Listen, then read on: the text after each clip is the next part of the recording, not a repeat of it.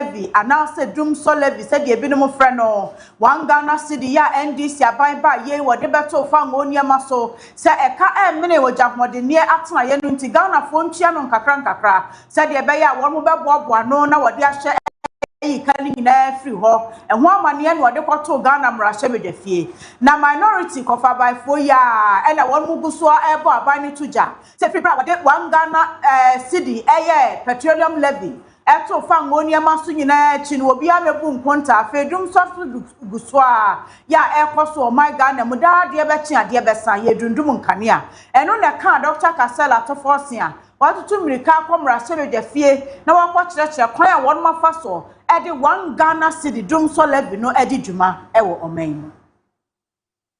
The first one happens to be the annual report on the management of the energy sector levies and account for the year 2025. So, Speaker, this report details how the monies received and accrued to the state on the back of all the petroleum taxes were utilized, particularly the one relating to the management of the energy sector debt recovery. And so, Mr. Speaker, the details of the report, the details are in the report and has accordingly been presented to the committee for deliberation. And when the committee invites us, we'll go and present the details. Na ewo osofo wo hwesika sem so na mania wo de to mrahye bedafie no ano okasa efa afe 2025 said the public debt report ho asem etie Ghana ka ya wode nyina ya won maboaboa ho obu eho enkonta ekire mpanimfo ba bia niema eko akosie ne wo ka nyina ene se efri bra aban eba ye won mo agina wona so de nhyehyɛ pa egu akwan mu ama ekwan ya won ebefa so na wayi eka hodo ya na emere oman Ghana da de bechi ade besa kafo edan oman no kanyina no won matoto niema ama se de na niema mu aye hyehye na tension ewo wiemu no aba fom ama oman no na wose wagidi se wei aye anamontuo papa ya ebre ekwa animu no ebetumi ama oman Ghana sikasam ene ne ntotoye agina brane ebe kakra fei na ekabia ni oman ne so biem na wanya sikasam ho fa hodi. The public debt report, the annual public debt report, which is largely informing Parliament Ghana's public debt situation. And Mr. Speaker, I'm proud to inform the House that Ghana, for the first time since 2013, have achieved a moderate risk of debt distress from unsustainable debt to high risk of debt distress and now a moderate risk of debt distress. And so it's only, all the details are in the report, and accordingly the committee will discuss that. Mr. Speaker, finally, I also submitted the annual report on public-private partnership project for the year 2025. Again, Mr. Speaker, this is also a statutory report, and we are under obligation to present public-private partnership projects to the House and also to look at future projects. Mr. Speaker. Another year, and some be ebeto and wanting the jaya na will be a chino srenia basa anopano. Nina and say empty and for the boa mania, say a free necrui, one edin say ebegua quemu, said the beya, Bosumia edi and him June Bosumi neda ya edikaino.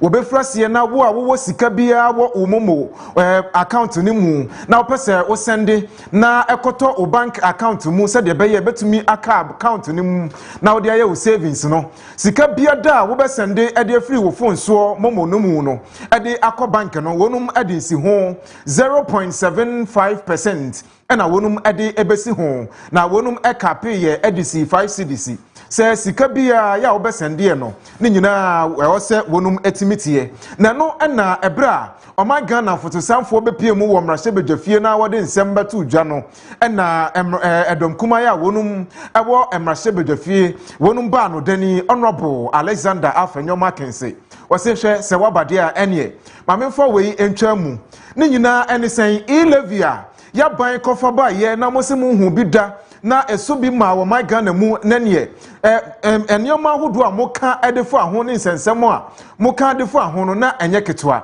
adan na mo pese mo san fa kuntuna ase na mo san kofa 11 no ba eno ene ensem a ekoso ewo emrase bedwafie na bra honorable Alexander Afenyo Mackenzie edi nkomo no nsense bi eno de tuja to the attention of the House, especially since the Finance Minister is here.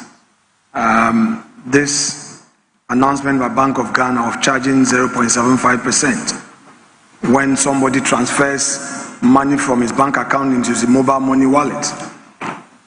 If the Finance Minister may recall, his government decided to repeal the e-levy law, and now Bank of Ghana is introducing the e-levy again.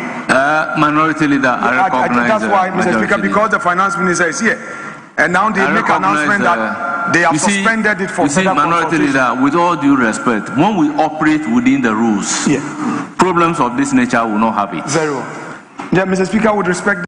We any ensem hodo a ekoso ewo emrahye bedwafie no de tu dwawie ya na majority leader wono so epeja ne mu no se Mr. Speaker mesumi wa asem kan na ensem a wo kan ni nyina enye ne kwanso a emra kura makwan se emrahye bedwafie hanom san komo we yemfa meto epono so a yeni na Afenyo Mackenzie akopeja ba eno nti wonhwe na wonfa mra enye adwuma na ne se ade bia da wonum avrekodo e de afa sansem no ho no wonyi mfa mfirim se de be ya enka nsem a wodi ho komo ene eho seyi eno de tuja said should be expunged from the records.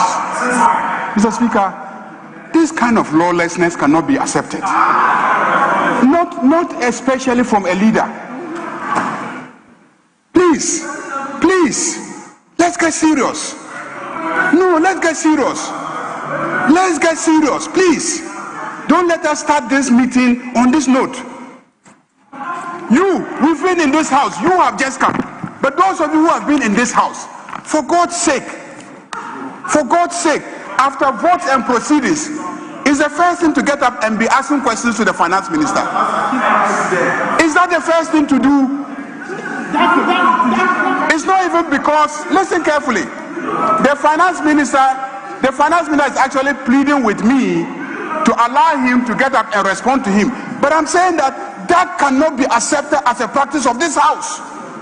Otherwise, we descend to chaos and lawlessness. And you, the minority leader, you cannot lead in allowing this house to descend into chaos and lawlessness. Please, let's stop that. Let's get serious as a house. We have rules. If we decide that we are not going to go according to our rules, do you know what is going to happen to you? Nye we kana we aka eno ema parliament enkomo ya nanka wonu mu die ni nyina enema etimi etwesensen kakra na no na deputy speaker of parliament Bernard Ahiafo wono so eba mu no se adwobrel obi amia na no na mom de owoka edefa ho ne se sampanimfo emienu majority leader any minority leader wonu mu nkomo ene we kana wonyina waka no wonhwe na official records documents ahodo a se uwo mrahye bedwafie na okasa na ode asem bi tuja wonum record won wo chiro de to ho no wonyi sa wonum nkomo ya wodi no eneyi emfa emfrim na bra wodi nkomo no wono so sei e no kafa ho something on nothing and expect it to stand. McFoy versus UAC. So consequently, everything that both leaders said are ordered to be expunged from the record, as if it does not exist. Everything that they said, after correction of vote and proceedings, everything said is ordered to be expunged from the records. Now, mobile money for 1 month semuya wadeba yema and now for chimamemche. Aba ewa Ghana mrasiri defie no kra no mensi kakra bia Time Bank of Ghana say 1 month saying 0.75% ya 1 month ebeto charges ya wobi osika na wo ye free mobile money so dia akoto ne bank account a wo mo beje e free 1st July o se de no ni nyina wo mo entrensen kosi se empanimfo no wo mo betena se na wadi nkomo no akọ akire Na sadia na Alexander Afenyomarkin minority leader wa hiti. Na opesa wa kana sam na wa mo so na no e wo mrahye wo mama no ankasa no wo firi hɔ apɛ ene wo friends emtrefo. Ene wo se asem na di ka na meka. Ni nyina ne se NDC aban wo mo ya yenyaatwom. Yi levy wan Ghana ya na wo hoi dia no man kan fa ho. Enti wo mo akasa bebre na wo mo ye firi hɔ nenne. Wo tena se ahwed Hama mobile money fintech for a day 0.75% fee. Abeto momo to bank account to swa. Na eyene yi levy no ase. Enti one day we jidi say wo mo boa pa yi levy no efiri hɔ a wo mo de we eba abesi na nemu. Na de opesa wo kan esisu dua ene se finance minister. Esha daba Ghana mrahye de fie no odi nkyeremu eba. Ekwan e fa so enkomo ya won mo di ye ema ene. Mobile money fintech for timi ede sa message no ama wo mo customers nyina se won mo eba beti sika ete sa anaso wo ba be charge sika ansa na obi ayi sika firi mobile money so de akwa akoto ne bank account wo mo nyintumu na nyintumu kina enti finance minister mfa nkyeremu emramrahye bejafi. Now purporting to say that they are suspending the levy. Meanwhile, they had earlier put out a public notice that from 1st of June, transactions from bank account to the wallet would attract a 0.75% Ghana cedi, 0.75% fee on direct wallet to bank transfers. According to them, they are doing this suspension for further consultation. The question is, what is further consultation in this context? Were these not the same people who, when in opposition, claim that there must be constructive consultation before any policy is introduced and implemented? So what has changed? The worst part of it is that this time they did not even come through Parliament. According to them, they're using Mobile Money Fintech Limited as the vehicle for these hidden charges. So whereas in the Akufo-Addo administration, due process was followed, government made the announcement through the budget and came to Parliament for a law for the purposes of this levy. NDC is using the Bank of Ghana and a private sector company to enforce this levy. We have a question for the finance minister. He must immediately come to minority leader Onmonyamfo Osahene Alexander Afenyomarkin. And I would say so within some to Jano na what was so ETC recruitment exercise. Yeah, one more year our main process Jumakuno any bambodge na tukoni nyina mu and was said. Wanyane ntie se nipa binum ampanimfo efa wonom ewo saa nyumakonum na opese wo mkoye medical exams ekwahwe omapomde ho nsem se de esi agina no aban charge won mu sika bi nanu no obisa se emebru ya nkase wo mu ni adwumaye na se wo mu nyina ewo ntwetwede ahye se aban befa wonom ewo bambo agina tukuo mu na aduru se won mu kwahwe wo mapomde mu a eye dan na aban esan de sika eto won mu tiri so se wontua ne no nko ade wakasa etia se entwaye nti aban ebehwe no asansi ginaye foforo a wonya ne saa esan se amane efri Ghana mrahye medwafie ene de edi kan boboso nyina nti no yensem twani na nakwakubo fa ne de ho aseda ema no fi se wono na wo ho ya wotietie nsem no a wode amane nyina eboye. They again do not have a policy in place to absorb our trained teachers and our trained nurses. They give one excuse after the other. When it comes to recruitment into the security services, they know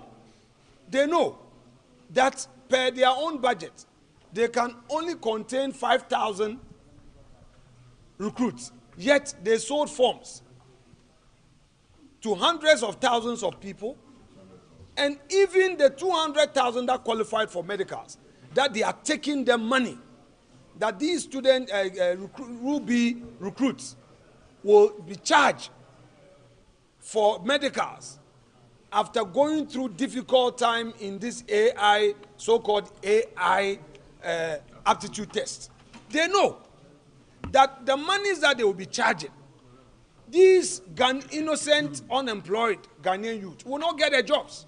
Yet, a party of propaganda still went ahead. And when we criticized it in Parliament, they now came back and told us they are going to increase it, the numbers to 10,000. Even if you maintain the 10,000, it is not even up to 10%. So, again, they are scamming all of us.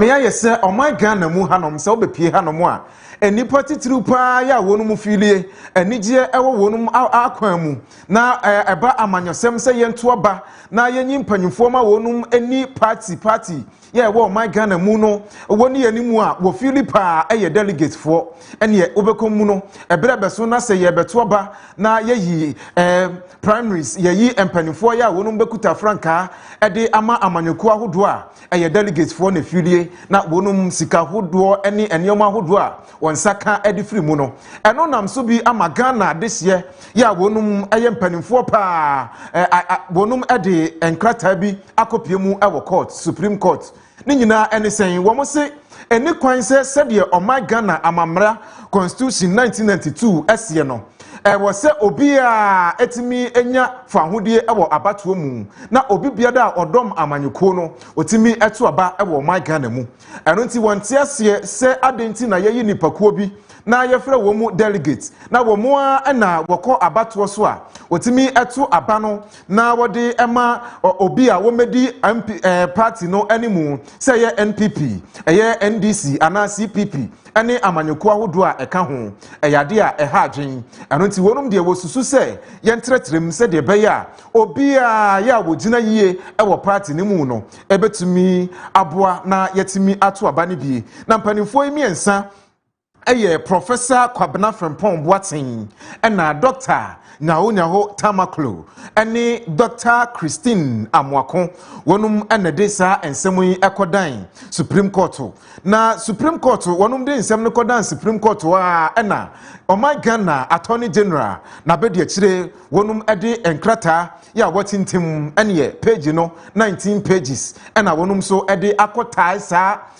ensemu a empanifo emiensa ede akogu Supreme Court enemu no na wochire mu se eye no kura pa sadie empanifo ka no eye no kura ene ye wo hwe Constitution 1992 Article 55 cross section 5 no a eka se yemhwe na obi bia ya wogina yie wo my Ghana mu na woto aba eyeyie na ode ne ho adom amanyeko no esefota se wotumi eto aba eno na wo se yetimi tratremu na yedi wura mu wo amanyeko ahodo nyina mu se de beya ebetumi aboa ama obi ya wogina yie no ebetumi ato aba ayi akanifo ahodo ede ama amanyeko no na nkogina enipa ahodo kakra bi so na wonumu a na efilie wodidie na afei wo ho esika hodo eno eka ho bi enama my Ghana ene sa yen politics ya ye no ebinom disika semu a na ekire yi wonum pese wosan efa oman no esika hodo edeko enti wota ekire afi sa ensem ne nyina wonum esan ede aka ho bi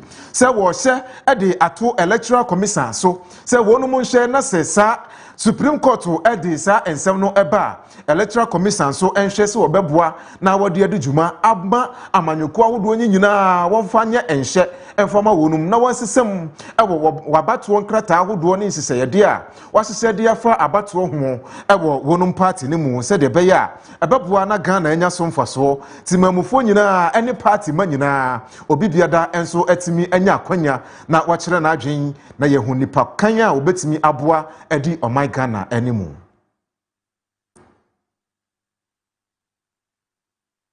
National Petroleum Authority NPA Ejimekuno any Eastern Naval Command or may asrafwa ekopo so one ya ehwe Ghana epoye femu aka won ho abomu a wate si temamontene so aye operation bi na operation no a won mo ye no aye omanfo bi no a won nam subonto so ede fango efa kwati kwan so ekọ emiamia enka won de befa kwan pa so na won matua taxes anase to ahodo ama oman Ghana no enye saa na won mo ye enti operation ampanimfo ye no won manya subonto maako edu ama meka say amane abeto dwasa won mo asai ni nyina sede beya ebeya nhyeso ede ama afofra won mo aye omadwen so mo so bebo oman Ghana kro no afa saa kwan kro no aso bi na ebra won mo say saa boat ahodo nyina wie ye no panikasiya ya wada MP atna ye no ano Yera Godwin Eduji Tamaklo ene nsemtrefo kasaye ene o say enka won mo de saa fango ahodo no fa kwan pa so a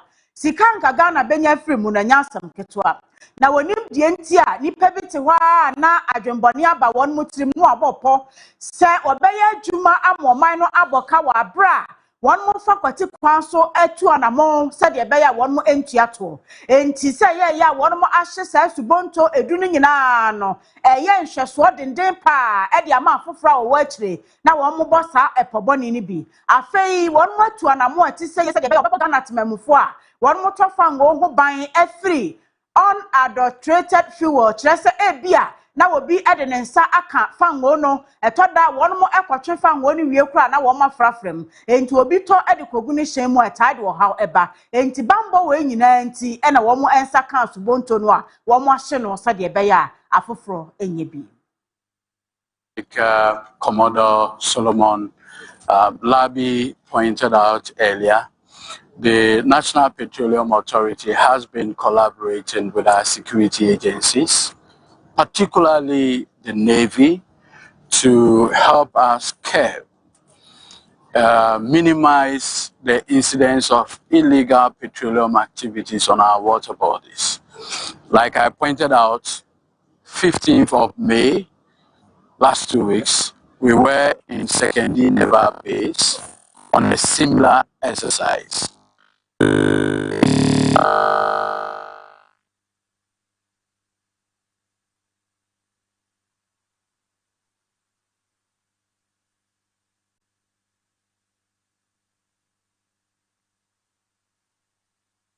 Action, the background, and the whole idea is to serve as deterrence to persons who are engaged in this enterprise. Now, the fear we have is that once you allow these illegal activities, you cannot control.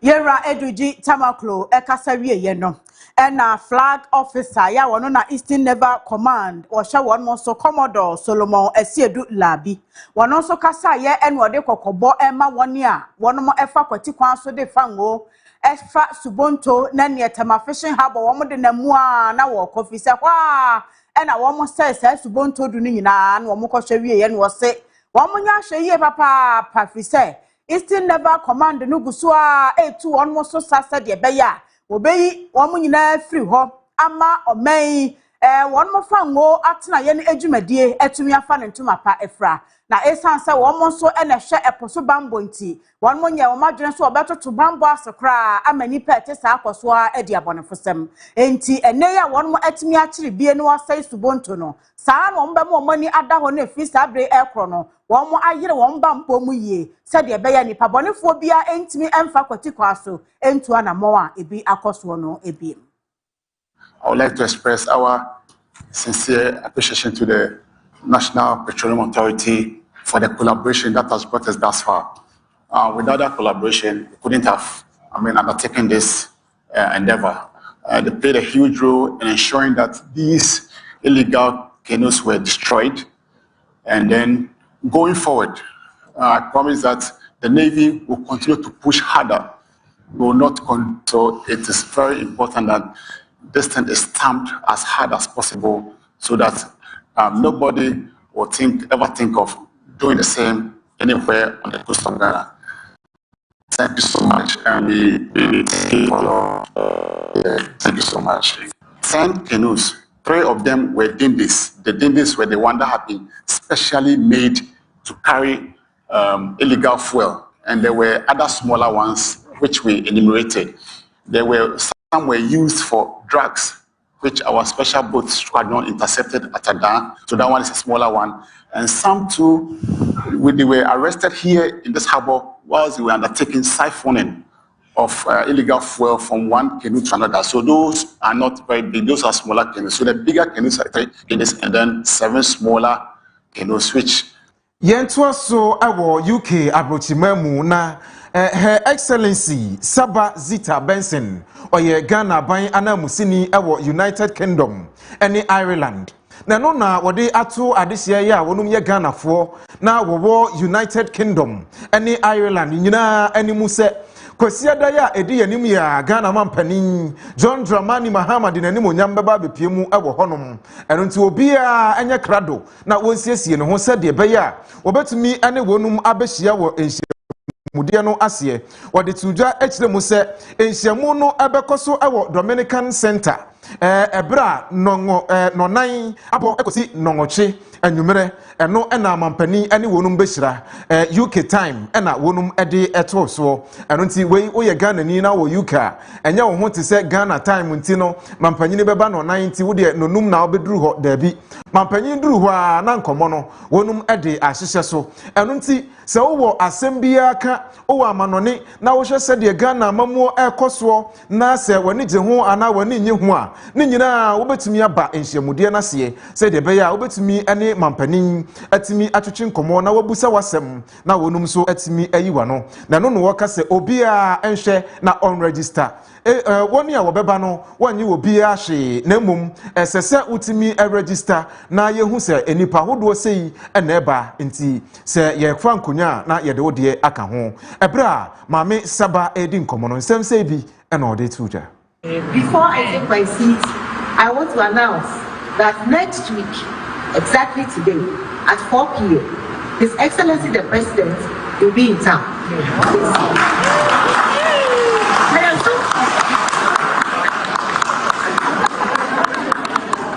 So we know how important the diaspora is. So on his program, we have added a town hall diaspora meeting for him. Yes. And so he'll be meeting the Ghanaian community at the Dominion Center on Sunday, 31st, 4 p.m. to 8 p.m. Please, you need to register to come. Even though it's a free event, you have to register. And please, it is not Ghana time. The president will be there. It is UK time. Please, all humility. We will start on time, and the president doesn't play with his time. So let's be there. Come and show the president love. And if you have any questions, you take it there. So the real estates they will set out booths. Those of you, if you want to buy a house, please, this is the right channel to use. Don't rely on someone back home, and then you come. You get to apply and then it will turn into a boarding period for you. The estate agents will be there. There will be live registration of people who want to buy houses. We have the banks also. The banks from Ghana are coming. There will be live opening of bank accounts. So if you want to open a bank account in Ghana, the banks are moving here to come and open that account for you during the event. And those of you who need mortgages, the banks would look at your application during that period. So it's going to be very exciting. It's not just a town hall, but it's been tailored to fit your needs. So try and register and come. And then on June 1st and June 2nd, we have a business summit for the business people. Kumasi Kropon Beja, Kumasi Metropolitan Assembly, KMA, and Penninforce. One more bow on Humodimpa said the Abaya who need you some ever fun into my pefra. Ewo Kumasi Kropon Munenso. Wamanfo binuma wamatiti Kumasi aswan den. Wamuguswa to boil a gubasa basa. Babia one more namanu a jaira egu. Enti ame jumano womo yeno. Yedin emawum. Na keme one more ebe jano de atoso enkuno enhyemu atoso miensa. Ene na one more call asetena edi kan kra. Ena Kumasi Kropon be jano peni a wada no sa amrado. Yera Richard Oforiaji my body ebo amania etiseye. En was say, dan said they came for any bray ye. Na watu wani wasa bo kwa die ede fa Kumasi Kropon muno.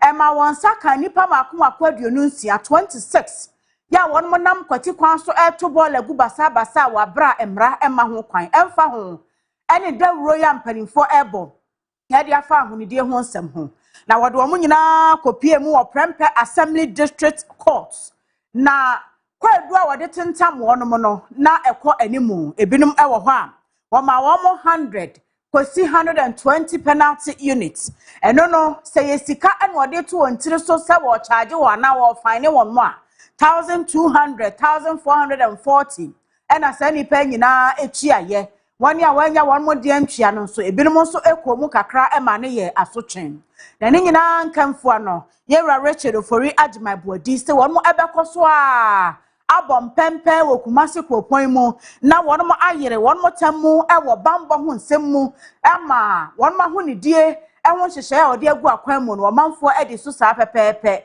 enti woni a wote Kumasi anu ahyase atu hofo sese kemefo ani abre se won mo ebetu o manfo a waso a o men se obetu board agu basa ne so sa sade be ya won mo ebufuhie ebi ema so eka sika ye waste ewo waste management wo ba tu nsuo no ba no nsuo ato bottle no e bia Dr. Mensa wato bottle nsuo na ba iso akoto a na pia ni na area ba enti suban bi wo ho a wote trotro ma nsuo jatu bottle disposing ye won wa de no eno ma bi wo a wo ya woto batu bola ne de egu Ashtown bo se na afa AFIA kobi afa Ashtown na afa kiwo na bebu anya bepie akwatia line betu agu Central Mosque Mpotemo ho betu agu Zongo Police Station bo se nyina ya bepo so e be fane na akwa na de ka bebe ebe most of a car ye bo waste management ni ye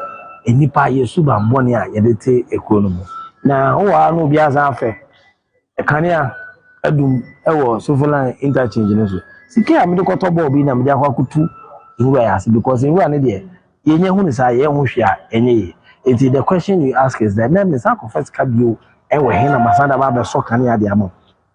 Oh, and no man how ni na ye subai and ya deba. Inti saka ye subai ya. Giving yasika bibredia ye and no ma a buama in punchu a coso. Say a cobasi a trans in ye bua kunta. Na ye sika sebu. You move to do a pa kwa bola a happy a ya. Person can farm can 5,000, but I'm running a work crat table. Say you farm between 100 and 120 penalty units. Inti who converted the basic amount between 1,200 and 1,440. Inti ane mama kwa na yedi omakwa ayi gusu anajubi ayi onipa ewo kuma ye monitor. Say de nyamia dum. So asu mine wo empty runabout no. Eya kame say ehe jaya anisa.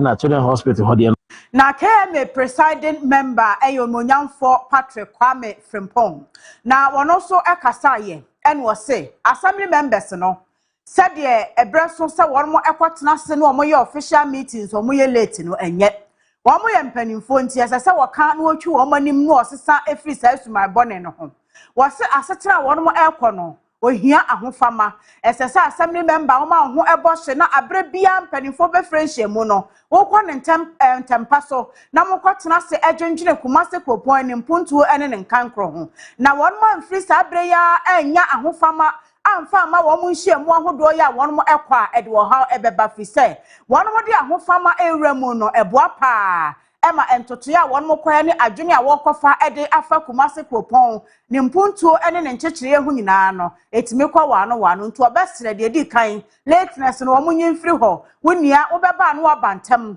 ena afe won mo so a etaboko na wotena fi wo nya pantoa no so won tu ohofo na won fa ahofama commitment enhye wo mu dwumadie mu na beboa me kasa because we honorable member ese wo de suban abiadi aman confusion ya to abama se be ya assembly man na se free assembly meeting e setting na be bia no so for because I think we so be the assembly man and assembly man na be bia na the be meeting and say at least young for 3 times a year this year for ordinary meeting no so meeting who ya pa ma 14 days notice and special meeting and as emergency meeting we ordinary meeting amount 14 days. And he said, I'm on 14 days notice. Let's say, oh, my assembly As a man, there is always a was assembly member. The those assembly members is a media. You move with my sacrifice, I compare it. Because you will say, but I am called for you, but I am away. But now assembly member, no person, one person, we are Canada. The most of us assembly, the tablet, the assembly, yeah, but every crown I budget, every crown of Bibi Apeson, and I say, when Banya Sana, it's here. Oh, you have to watch it in the screen. Yadiama can was last year, the last assembly meeting, our assembly members are more points, or mobile meeting, and no mobile meeting level. Benin, the American, when Sankan, it took us elbow, Omoko says, Omo, my name is mobile meeting. And we are your first woman, promote your leaders, so much a community, no friend, landlord's meeting, and as a could as uncle furniture, mobile move before. Ewo Kumasi Krupon Bejanimu ene Asante Mantamu na Oman Ghana Ghana mampani empani fo ene aban dwumadie ya wodi ewo Asante Mantamu akese be semiensa ena enei semene wo kasei wonum ato no agegemu na contractor ya wo honum so ese sika emfiri aban mu ma eno nti sa dwumadie ahodo ne miensa ne nyina na nka betumi aboama nipa sitinem aju won na akoniabadie enyina enso eka ho bi na nititiru kura ene baako ya eka ho eye apomuden ebia eno so eka ho bi ya ne miensa nyina aka nsensemu ya contractor ya wo honum yese wontumi entoa so agese sika ya aban ede no wotimi ede boa beboa wonum se de be ya obetumi atu sa na mo no na sa project miensan baako ene Prempeh International Airport se opiemu Asante Mantamu a eno eye airport kase baako a ewiemhyen gina bia baako a chese eboa na edi dwuma pa se de akoniabadie efiri Asante Mantamu ene mantama hodo a atwa Asante Mantamu ne ho asie nyina aha na wonum befa wiemhyen edi tu kwan ekọ miaya hodo a aka na no na enei contractor ya wonum na edi sa dwuma no abo amane se aka ensensemu wonum ntimi nwie enam se eka ya aban de wonum sika se fota se aban no de ba beshem na otimi ye wie no emaye baako a eka ho bie enso ye konfonochi aban ya sabia no eno so maternity and children's ward eno so eye ade baako a aka honum na wonum entumi ensi enwieye ni nyina ene se aban enfo sika emaye de twatwo kra ya na nansen ya adwadifo eti won hugu montenso na wosra ban se nka aban no enye kejetia phase 2 enfama ma onum eno so contractor ebo amane se wonjumadie nyina watwe asensen ni nyina ene se aban no de wonka sika se fota se eba na wotumi ade esi edwa no ade wie no eno so emaye eno nam so ema contractor emu adwumayefo nipa bese ohani aduonum 150 wonum agya won kwan se won kofie wama won krata se won kofie na won kotenase efise enam se adwuma ne nkoso na ne nyina aka ensensemu ni ntino wontimi nhwe ma adwumayefo ntena fie na da ne da nyina contractor na nkasa ede ne bottom sika na etua adwumayefo ka eno nti wonum enkofie ne no na yebo ahoma ene consultants ede ma contractor Mr. Emmanuel Danso etwetwe nkomo na woka edisi sudua se eye nokre project miensan ya mabobo so yi no ni nyina da aka nsensemu wonum etwen se aban de sika beba ansa na waye Obrempong contractor kita inima miensa Prempeh the French International Airport ni conformity maternity and children's book ni and Almighty Central Market ni now the construction bia no nyina so is kasen na abanda da no eni ye adwuma di kokosie let's no she ano ayeti aban foforo ba e no so no o hwehwe sikamun sese ni sa meche obere review bo se bia chese ye beye but ye twen ya so ebu echiche emaye no ye overhead cost doson administrative expenses are and when you reduce staffs no na yichimi atutwe enema yi aso ya me bi kwan man na bibia tutumu a yichimi amai workers naba kitsa netie so ni na is kase no ya kefia ese eba my last payment was May 31st, May 2024. It is also composure workers say 2,000. Over Confanochi, now for airport, printed the first now for central market. Company now workers no BBI as a company na upgrade. You reduce staff now money by 150 but still a nice so from cry na itimi esebu the company no man on the komu. NPP amanyokono eguso a wono polling station executives abato na atwetwensem bebre aba ewo Ghana fana bebre na yede ani kire dwaben abato mpesua soso a saa bi na esie wo ho ama owura George Amponsan ya woka woni a wokasa ema NPP amanyokono ho ewo dwaben abato mpesua so wobo ho amane ne wo kire ene se enema bi a ekoso ewo polling station executives abato no mu no ebetumi ede empapa emu ya emu dopa aba MPP amanyokonu a enkabo mu ho dawro ya mpanimfo ebono ebetoto no ase ewo ho ene sen wo se ne abano a wormo eto no wo hwa miamia hodo bebrade mpanimfo kan ne se abano de wormo eto bibia deda na kwamu nanso areas bi ewo dwaben abato mpesua no so a wo betumi aka studio asa abano kra ekoso ho ni nyina nkamfo ano one more members ewo MPP amanyokono mesesa nkoma won kwan ema wo gina April tumi ahodo no dodo no anso ena wa disqualify wo mo a sade amane no afri Ghana miamia bia ba no saa pepepe ena tie ewo dwaben ho enti dodo no ayo madwene se wo mo nka hwe wo mo kosakosa nyina wo mo tirim na sempanimfo anhwe na wo fa wonan ensi fom a ensunsanso ya ebefri polling station executives abato no mu aba no ebeye de edo ekọ emuye ya edem papa emu ebeba MPP amanyokono mti eba ne saa ene na asomdue hu dawro ya wo mabo no enya de ebekọ akosi aga George Amponsan ne fa check ase ene bonkomo me wo dwaben de me kan dwaben de dwaben constituency sa enimguase we bin si da constituency ne create my in the year 2012 na edwesu dwaben constituency. In 2012, no electoral commission created Dwaben constituency. From 2012, ABC now na Saturday NC edu polling station elections. I make 4 years ago. Regional women's organizer. No, 8 years ago. That was 2018. Ono beshe ma to aba e Dwaben constituency. You move from one polling station to another. That time about 82 polling stations across the constituencies.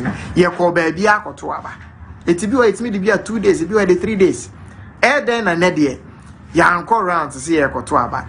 But baby, or why I say, Hanipa Muni near Tom Swaba, Nipa Miasana Canada a day. Or why mass disqualification, Nipa Frane, Frey and say, ye year free, but Dominica Maphobia. It is a Dwabeno, ye knew be a becking as a machino. Nase, Sebian Guases, ya never cost a party now. Ebecoso, Nemum, Susan Swa, a was hard a year in Muno.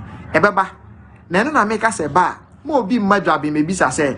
You perceive your fact finding mission. You perceive who the Ora George Amponsan to us soon was in ne. We see Dwaben constituency MPP amanyokono said the aya eji Japan na aya arehosem.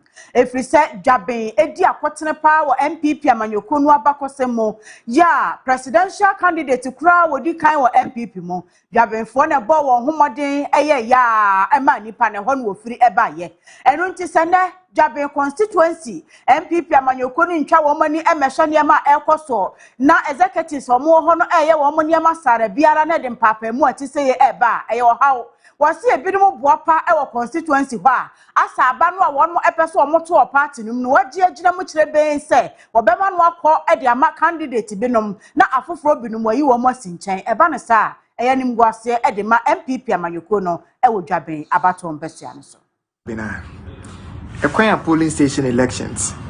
Ya faso a binum pese ejitum se ya to aba no. I think it is not the best. Share Dwaben constituency. Ya wa bakosemo. Party a ye produce the first presidential candidate of the New Patriotic Party. Professor Emeritus Albert Kojo Dubois. We Dwaben this year. Ne nankese egu Dwaben. It is a konya party and ne wo Dwaben. Na ye mfa ebuoni ani die ema the structures of the party. No be fi say or no there. I mean, okasa and says obi aka bi. It's obviously sanko for to question the rationale behind the name be a oye. A show when him na say wonyo be a would draw a particular person likely say obeko contester near US in chain. Ain't he over Jabin constituency? Say a to about me say 4 years ago. Now you call rounds from one polling station to another. No. This time no, and yes sir, polling station be oha. It make us any mienu near Tom Swaba. Ubekom no, na sa for no, eye omo obi susu say omo support obi. Na no efi but obi George Amponsa senior communications member ma MPP ewo Dwabin abatom pesia so nensemi so ne agina ne de kase no aba awieye Millennium Construction ene de ho aseda ema no ye kwa won mo ho na asase bia ye pese eto Ghana hanko ade de ho haw akoto won mo so na wayi ye komu amane ene dadwene nyina fise won mo be pasa asase papa ya manso ne ho ato amaye wo obi na pesa woton so afasha won mo nsa wo obi da ba bi wo so wo dream mansion bi si wani so apesa wusi wo de eto Millennium for eso a won besi dream no amano aye reality Kumase Boshen na Yas Junction enejumekoi ewo fa numbers no ego screen ne so no na ene won mo emmo enkomo medi ede AFIA chumwa ketre enwumrei mene Obrempong akwasi jebo ena ya besom mo ye beda mo asene ede mo asi ha ye sori so a obrafie ebeto aso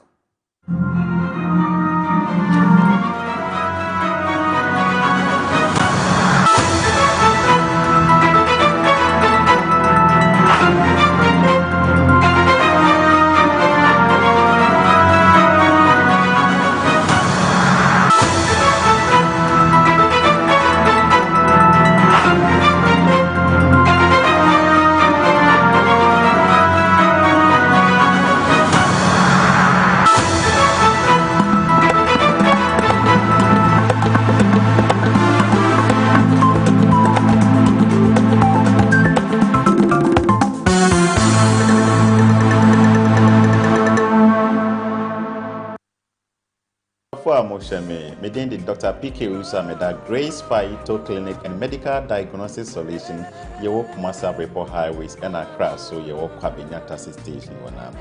Grace Phyto Clinic, speciality Ankasa Aye, Awo, Enemu Yare, Enemu Johnson Tentem so.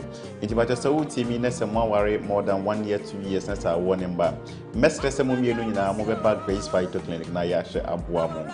Debiano Bibeka said, Doctor, many who can eat down in Suna Babonten, Unia Ba Utiemi.